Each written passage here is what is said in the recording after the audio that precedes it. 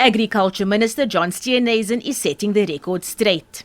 Firstly, I wish to make it clear that the Department of Agriculture is not the custodian of BBBEE.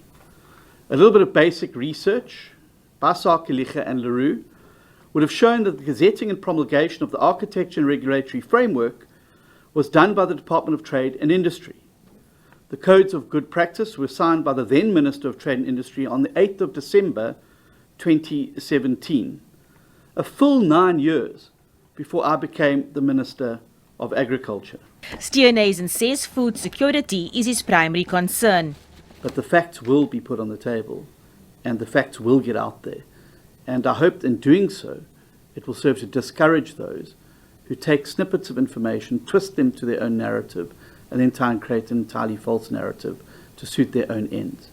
As I said, the focus is on making sure that we grow the agricultural sector and we create a fair opportunity for everybody in the sector to be able to participate, accepting where we come from and the challenges that we're yet to overcome. Steenuisen says farming has enough obstacles already without having to deal with US President Donald Trump's potential tariffs.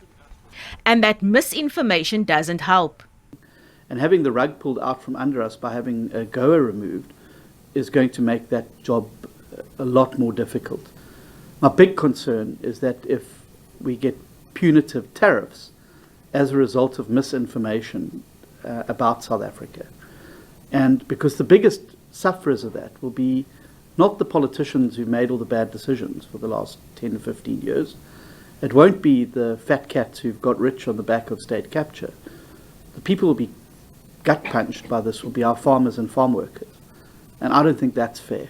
The minister says despite the many obstacles facing farmers in the country today, and while some have indicated their concerns about insecurity of land tenure, many of the farmers he has met from all cultural backgrounds have indicated to him that they have no intention of leaving the country.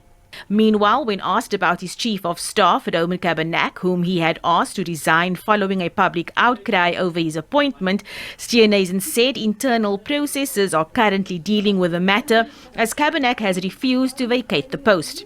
He says they are hoping for an outcome on this matter soon. Abra Barbia, SABC News, Parliament.